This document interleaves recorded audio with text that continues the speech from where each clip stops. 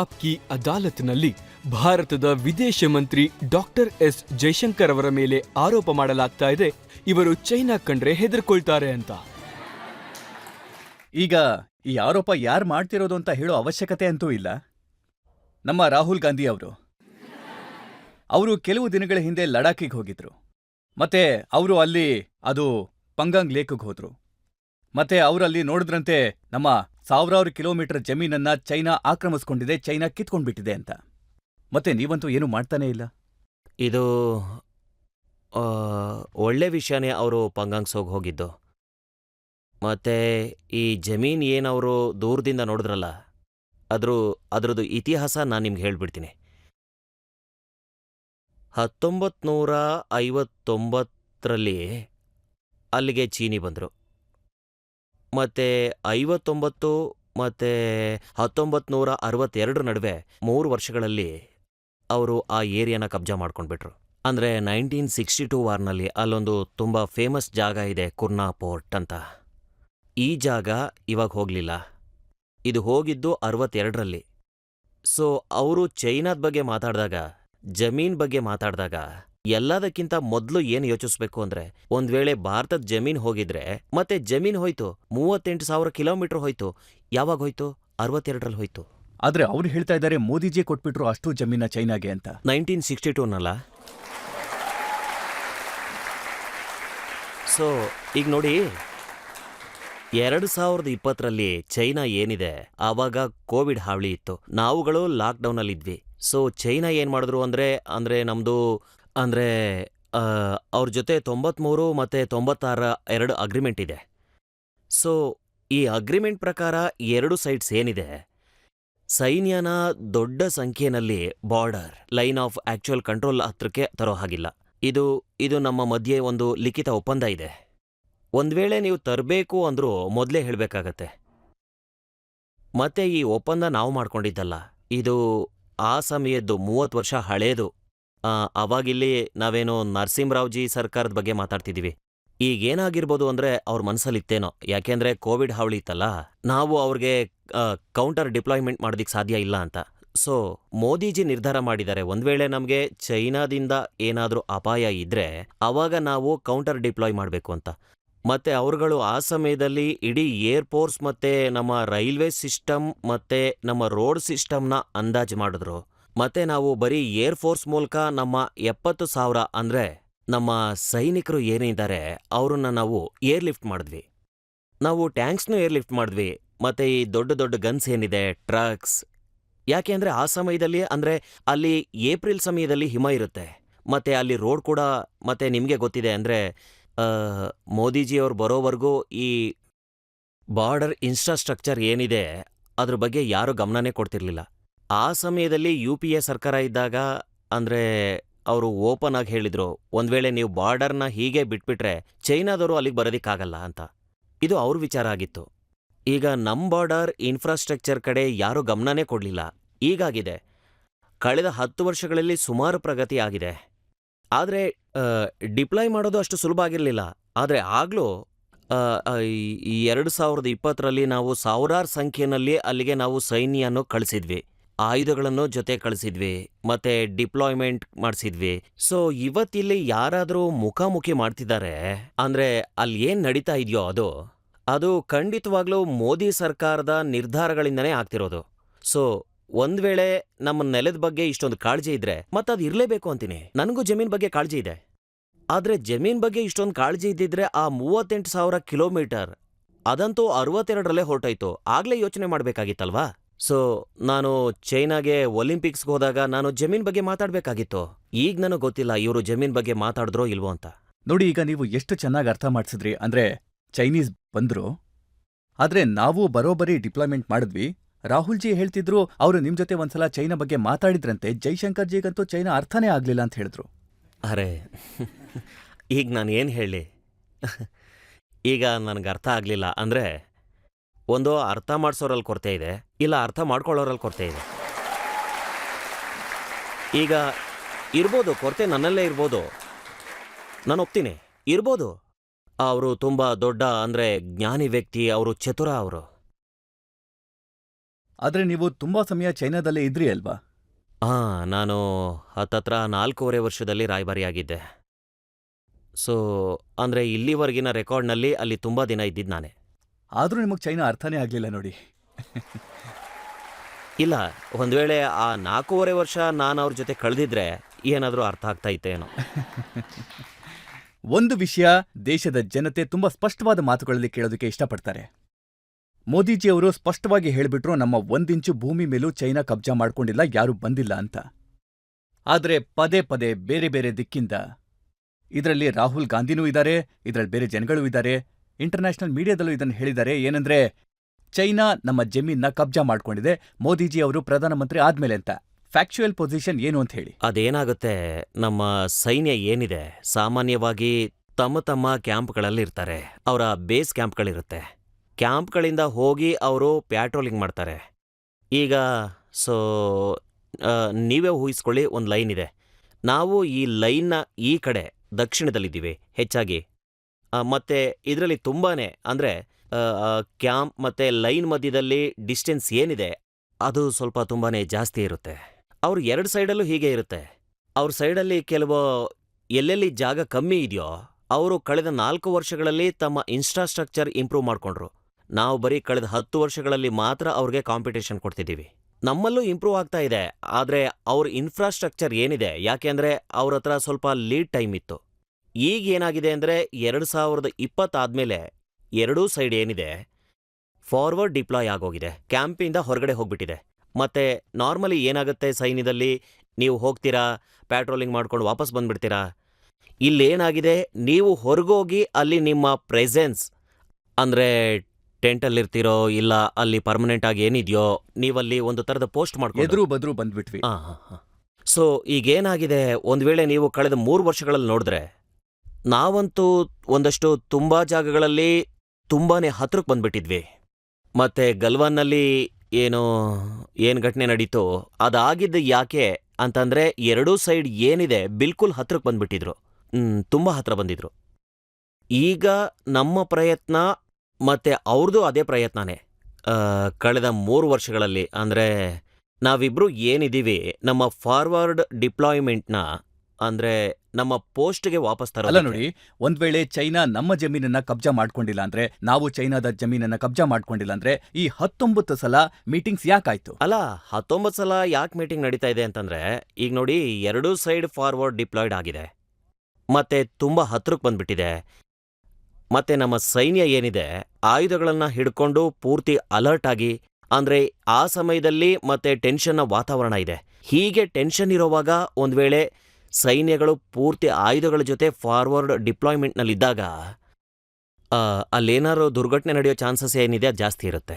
So ಒಂದ್ ಥರದಲ್ಲಿ ಇದೇನಾದರೂ ನಡೀತಾನೆ ಹೋದ್ರೆ ಆಗ ಮೊದಲು ಏನು ನಡೆದಿತ್ತೋ ಅದು ಮತ್ತೆ ನಡೆಯೋ ಚಾನ್ಸಸ್ ಇರುತ್ತೆ. ಸೊ ಇವಾಗ ಏನು ನೆಗೋಷಿಯೇಟ್ ಮಾಡ್ತಿದ್ದೀವಿ ಅಂದರೆ, ನೀವೇನಿದ್ದೀರಾ ನೀವು ಇಷ್ಟು ಹಿಂದಕ್ಕೆ ಹೋದ್ರೆ ನಾನು ಇಷ್ಟು ಹಿಂದಕ್ಕೆ ಹೋಗ್ತೀನಿ. ಮತ್ತೆ ಇದು ಏನು ಹೊಸ ಮಾತಲ್ಲ ಇದು.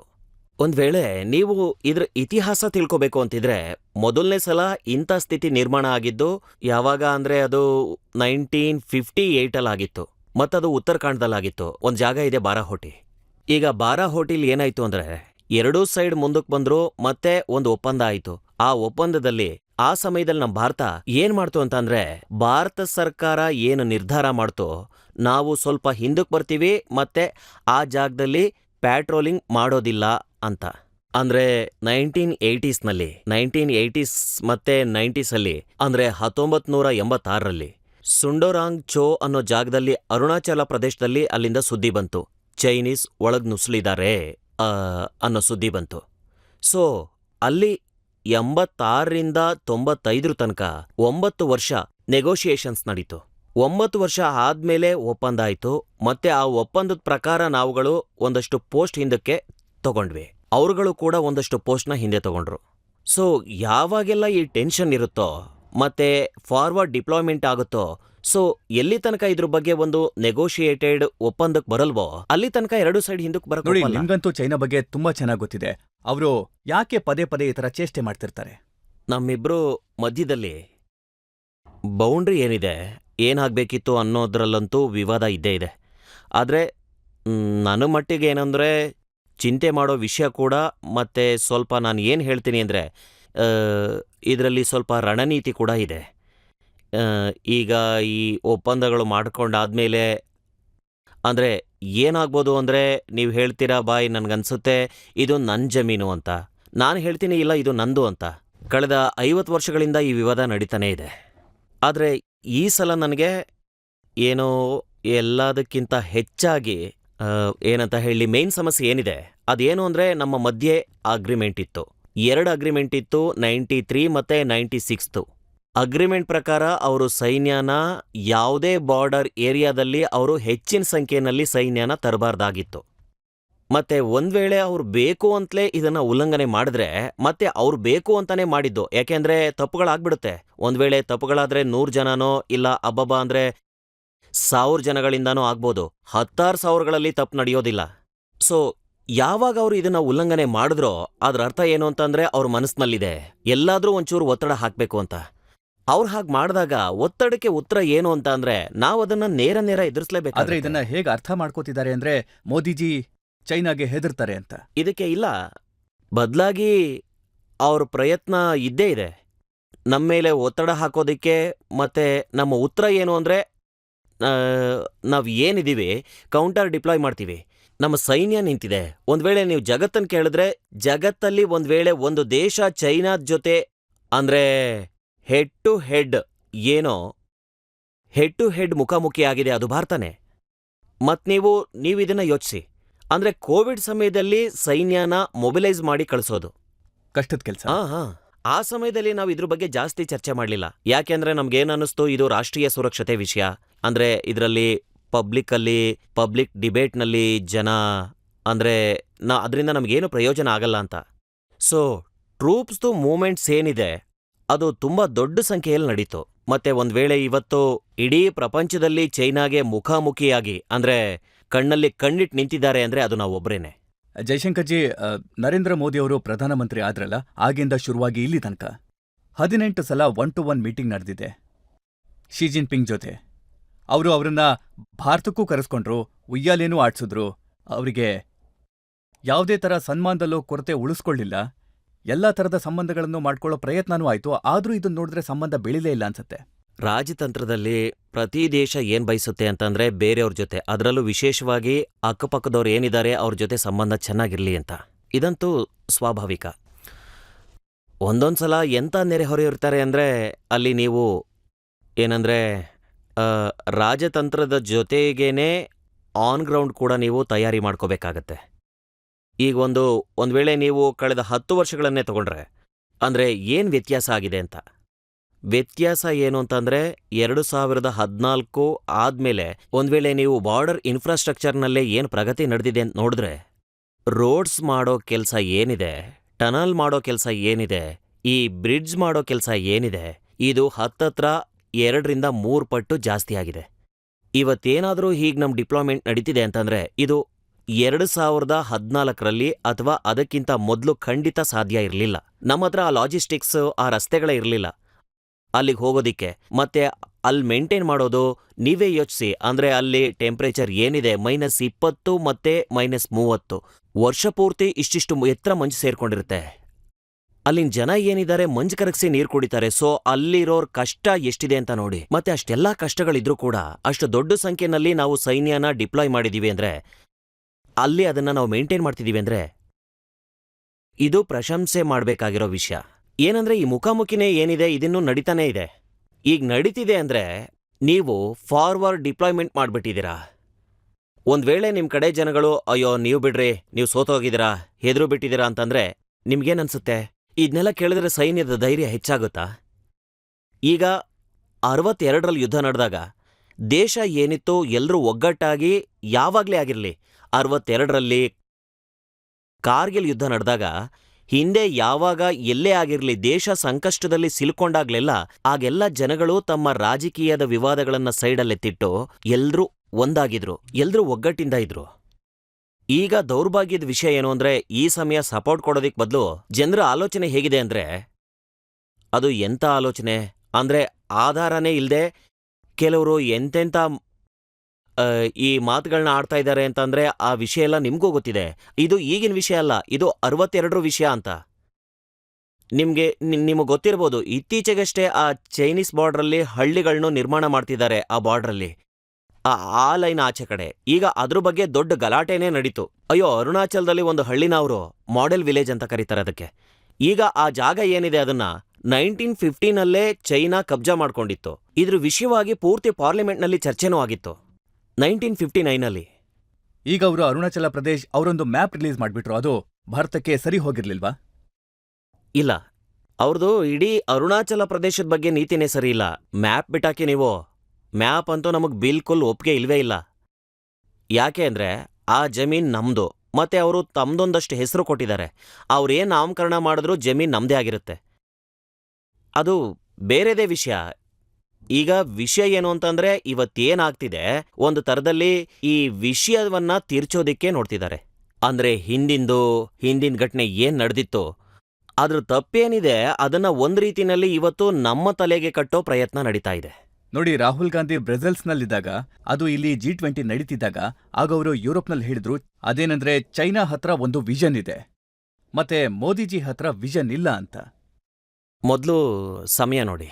ಅಂದ್ರೆ ಭಾರತದಲ್ಲಿ ನಮ್ಮ ಇತಿಹಾಸದಲ್ಲೇ ಎಲ್ಲದಕ್ಕಿಂತ ದೊಡ್ಡ ಒಂದು ಸಮ್ಮೇಳನ ಏನ್ ನಡೀತಿದೆ, ಅದರಲ್ಲಿ ನಾವೆಲ್ಲರೂ ಒಗ್ಗಟ್ಟಾಗಿ ಇದಕ್ಕೆ ಮೆಚ್ಚುಗೆ ಸೂಚಿಸಲೇಬೇಕು. ಅಂಥ ಸಮಯದಲ್ಲಿ ನೀವು ಹೊರಗೋಗಿ ಈ ಥರ ಯೋಚಿಸ್ತಿದ್ದೀರಾ ಅಂತ ಅಂದ್ರೆ ಅದನ್ನ ನೀವು ಬಿಟ್ಬಿಡಿ. ಒಂದೊಂದ್ಸಲ ನೀವು ನಿಮ್ಮ ನಿಜವಾದ ಪೊಸಿಷನ್ ಏನಿದೆಯೋ ಅದನ್ನ ನೀವು ಬಾಯಿ ತಪ್ಪಿ ಬಿಟ್ಕೊಟ್ಬಿಡ್ತೀರಾ. ಅಂದ್ರೆ ನೀವು ಹೇಳ್ತೀರಾ ಬೆಲ್ಟ್ ಆ್ಯಂಡ್ ರೋಡ್. ನಿಮಗೆ ಗೊತ್ತಲ್ಲ, ಇದು ಹೌದು. ಚೈನಾದ ಅತಿ ದೊಡ್ಡ ಕನೆಕ್ಟಿವಿಟಿ ಪ್ರಾಜೆಕ್ಟ್. ಅಂದ್ರೆ ಇಡೀ ಪ್ರಪಂಚದಲ್ಲಿ ಅವರು ಬೇರೆ ಬೇರೆ ತರದ ಇನ್ಫ್ರಾಸ್ಟ್ರಕ್ಚರ್ ಮಾಡ್ತಿದ್ದಾರೆ. ಈಗ ಅವರು ಬೆಲ್ಟ್ ಆ್ಯಂಡ್ ರೋಡ್ ಬಗ್ಗೆ ಪ್ರಶಂಸೆ ಮಾಡ್ತಾರೆ. ಈಗ ಅದೇ ಬೆಲ್ಟ್ ಆ್ಯಂಡ್ ರೋಡ್ ಏನಿದೆ ಅದು ಪಾಕಿಸ್ತಾನದಲ್ಲಿ ಆಕ್ಯುಪೈಡ್ ಕಾಶ್ಮೀರ್ ಥ್ರೂ ಹೋಗುತ್ತೆ. ಈಗ ನೀವು ಬೆಲ್ಟ್ ಆ್ಯಂಡ್ ರೋಡ್ ಬಗ್ಗೆ ಮಾತಾಡುವಾಗ ನಿಮ್ಮ ಬಾಯಿಂದ ಒಂದು ಮಾತು ಹೊರಗೆ ಬರಲ್ಲ. ನೋಡ್ರಪ್ಪ, ಇದು ನಮ್ಮ ಏನಂತಾರೆ ಸೆವೆರೆಂಟಿ ಟೆರಿಟರಿ ಉಲ್ಲಂಘನೆ ಅಂತ ಹೇಳ್ತಾರೆ. ಸೊ ಗೊತ್ತಾಗುತ್ತಲ್ಲ, ಒಳಗಿನ ಭಾವನೆ ಹೊರಗೆ ಬಂದ್ಬಿಡುತ್ತೆ.